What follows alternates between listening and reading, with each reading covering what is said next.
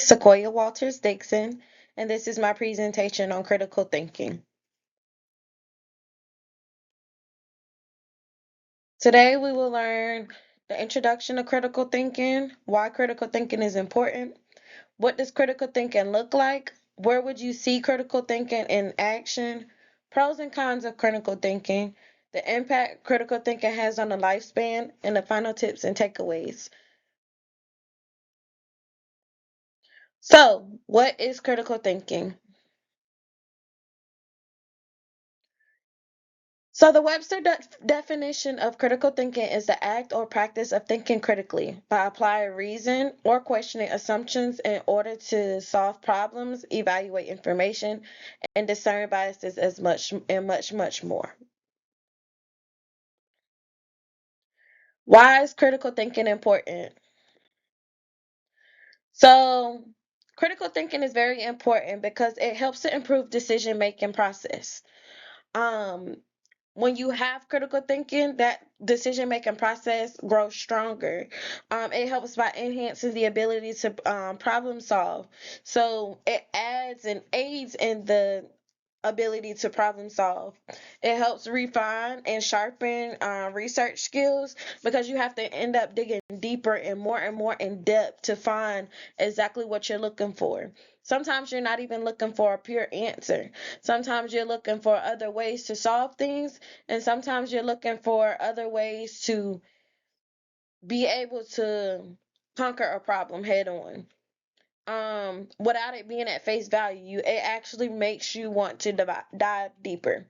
It helps defines and sharpen your researching skills. It helps you dig deeper in a more creative way than what you normally would think. So you're not thinking of the who, what, when, where, and why, but you're thinking of the why is this happening, what causes this, and the chain reactions, so on and so forth. It helps stimulate curiosity, aids in inquisitively to look aids inquisitively to look further and deeper. So it requires you to go in depth and not just scratch the surface of things. Because when you scratch the surface, you're not getting the answers as to why things may work the way they are or what could possibly be an outcome, but it actually makes you really think on what components actually could add or take away from this situation. What does critical thinking look like? So, before we learned about critical thinking and did this research that we had to do, um, critical thinking never really crossed my mind until this class. But being a nursing student, we always have to use critical thinking 100% of the time to have and meet optimal outcomes for our patients, whether they be good outcomes or bad outcomes. We want them to be good outcomes, but sometimes we don't always get the answer that we really want. Sometimes we got to dig further into research. Sometimes we got to look further into situations, especially like signs and symptoms, to figure out things in order to get to where we need to be. We also have to think about it as if we are performing an investigation. Um, if you look at shows like Criminal Minds or Law and Order, they don't know what happened in the beginning. They have to piece together, dig deeper, figure out the thought process of different suspects and stuff like that in order to get to the outcome that they need, which is solving that case. So, critical thinking looks like asking very detailed, thought-provoking questions. So we're not thinking, well, what color is the sky? Because at that point, is the sky is blue. But we're looking at why the sky may be blue, for instances. Research and analyzing in detail information used to help solve a problem by assessing credibility of sources. So you have to have credible sources, whether it be articles, journals, websites, magazines, news stories, blogs. You want to have some type of credible source to show the evidence of what you are talking about. And that's what critical thinking is all about. You got to have that credible evidence in order to be able to state your case. Looking for and actively identifying biases and picking apart the facts from the opinions. So, what some of us might think of as an opinion, when you have evidence to back it up, it becomes fact. We challenge all assumptions by combating it with evidence based practice and research. Again, having that evidence would back up your scenario so much more than going off of opinion, because opinion is merely what we just think. But fact is what we know. We have the evidence to back it up, and we have the things that can put our counter arguments to shame. We challenge all assumptions by combating it with the evidence, practice, and research. We have to go beyond the surface instead of approaching things from a faith-based approach. You think of it like this. They say you cannot judge a book by its cover. When they say that, we can't just look at the face of a person to know that they are a good or bad person. We have to look at merely the evidence of a person and to unpack that person and to actually get to know that person and to see what's inside of that person, not literally, but figuratively. We have to be able to unpack a person. We can't say we know a person by their face and not know what the person is like. It's just like going on a blind date. You don't want to scratch the surface by looking at the face. You have to unpack that person to see if that person is really for you. That's the same thing with critical thinking and research. You have to dig deeper on the topic in order to be able to unpack the stuff that you need to critically think throughout a problem and to figure out what avenues work best for you. Peeling back the layers of a situation, not looking for the right and wrong, but clarity of a situation or problem. So you're looking for more clarity. You're not merely looking for the when, where, what, and why, but you're looking at why does this happen? Why does this happen? And then why did this happen? If that makes sense. The way to think about it is to show me the facts. Y'all ever heard the commercial? Show me the Carfax. Well, show me the facts, the evidence that can back up your research for critical thinking in order to be able to tell people how to get to the root of their situations or get to the root of their problem, to help them problem solve. Get creative with finding better ways, because there's more than one way. Sometimes 1 plus 1, we already know 1 plus 1 might equal 2, 2 plus 0 might equal 2, and so on and so forth. 2 times 0 equal 0, but 2 times 1 equal 2. It's all in the ways that we get to our problem and be able to show the work, show the evidence that we're able to back up our situation. So, where could you see critical thinking in action? So, a lot of us have gone through life and we're like, where am I going to use this in life? Well, with critical thinking, you use it in a whole bunch of different aspects of life. So, with me going into my field, I found some stuff for critical thinking in action for nursing. So, one, we see it in assessing patients and patients' data. We have to unpack the whole chart of a patient to figure out what's going on with the patient. We can't just merely look at him and say, oh, he's sneezing, or he's coughing, or he has shortness of breath, he has asthma. We have to dig deeper to find out what specifically that diagnosis is, or what unpack the diagnosis in order to figure out how to help our patients. Two, diagnosing problems from a nurse perspective. So there are different types of diagnosis, but by me going into nursing, I have to think of it from a nursing perspective, as I have learned in class. We have to look at it from the standpoint of what can I do to help my patient. planning interventions per each patient. Not each patient's situation is the same. So we're having to we're having to plan interventions based on the scenario of each individual patient. So I can't treat somebody that might have asthma the same way I might treat somebody with COPD.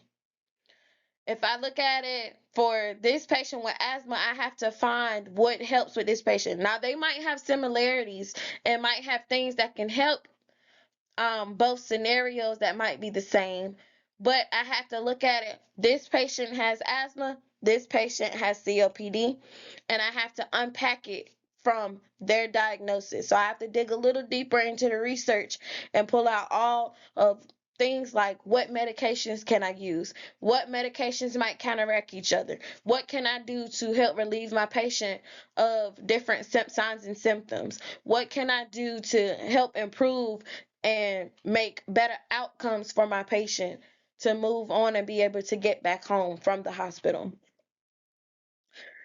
Again, you're hearing me say implementing evidence-based practice.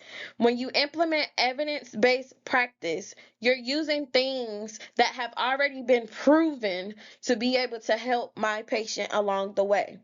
I don't want to experiment with a patient knowing that something is not going to work. I want to make sure I have that evidence-based practice. Well, science shows this, research shows this, articles show this, and shows that this works, and that you don't want to spend all day trying to get to a root cause and to help solve a problem for a patient. Sometimes you need that quick thinking on your feet on what can help the patient. The last thing I have to do is evaluate outcomes while prioritizing care amongst patients. You have to figure out what's more important, what comes first, what evidence will back this up and help me get to my outcome the fastest when um helping a patient with their issues and problems that they might have to excel forward to get those better outcomes that they need in their point of care. So, what are the pros and cons of critical thinking? When you think about the pros and cons, we always have to think about what what the good things and the bad things are in situations. So, as part of critical thinking, for pros of critical thinking, we have to look and see that it helps to strongly improve decision making. It helps to provide intricate problem solving abilities. Creativity is enhanced to reach better outcomes of a problem in more ways than one. So when you have creativity, you might be finding different avenues on what you can take to help solve a situation. It increases self-awareness for sure. It lets you know what you are capable of doing and what you're not capable of doing yet. You might not be capable of doing it yet, but evidence-based and trying things out and seeing what works will help make you more self-aware of what you can and cannot do. It helps adapt to change. Um, the way critical thinking helps adapt to change is sometimes something might not work and you might have to change it up a little bit. It helps you be able to respect the fact that change has to happen in order for things to move forward, and everything should be advancing forward for a desirable outcome that you would want to see. And deeper understanding of a problem by performing in-depth research. It causes you to have to look deeper. It causes you to look for the evidence that you need in order to prove your circumstance and to provide better desirable outcomes in different scenarios. So the cons of critical thinking is it is timely decision making. Sometimes it could be delayed decision making. Some things might be tabled because people got to look a little deeper and dig a little deeper into the situation at hand before they can make a definite they can give you a definite answer or come up with definite results. Sometimes it takes time to be able to do what you got to do in order to bring stuff to the forefront. You got to collect that evidence, support your argument, analyze what you have seen and what you have learned. And sometimes it can be slow to take an action, because sometimes you really have to sit there and think on it and dig deeper and look for that research that backs it up. Conflict arises due to the different views amongst individuals. Authority may feel challenged, and biases are prevalent. So there are always going to be biases in everything. But as long as you, here's it again, have the evidence to back up what you're talking about, and it's fact based. You have evidence and fact basing in order to back up everything that you see and have read. Conflict arises due to the different views amongst individuals. Authority may feel challenged, biases are prevalent. Authority may feel challenged because in their mind it's their way or the highway. They're not expecting you to look for a different result or a different change. So that is why critical thinking could be a con for critical thinking. Mental effort must be put forth, to which could require more energy than usual to dig deeper, forming stronger research-based decisions. It takes a lot of work. It's going to take a lot of mind power.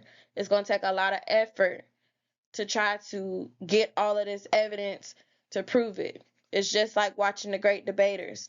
They had to back what they were saying up in order to protect their argument.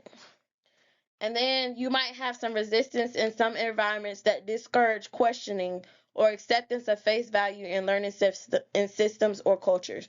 Some people are good with just scratching the surface, where in some cases you really have to dive deeper, and some people don't want to put in the work to do that. Some people don't feel like it's necessary to do that. In some cases, they don't want you going down the rabbit hole. In other cases, you might have to go down that rabbit hole to see what the end is going to be. So, what's the impact of critical thinking on the lifespan? Your ability to think critically does not guarantee you a better life that would be bias free or error free. However, it could limit and protect us from experiencing negative outcomes or negative life events.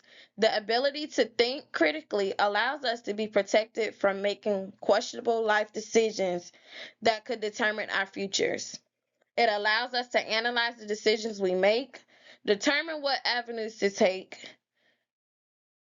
Once we explore all outcomes that can potentially occur, we are able to consider a plan with our pre-existing and new findings, because we might have to go back and try again, and use our creativity to develop interventions that could possibly help our problem, and then help us solve our problem. And then evaluate the situation to determine if our goal has been met, and if not, reevaluate what can be done better.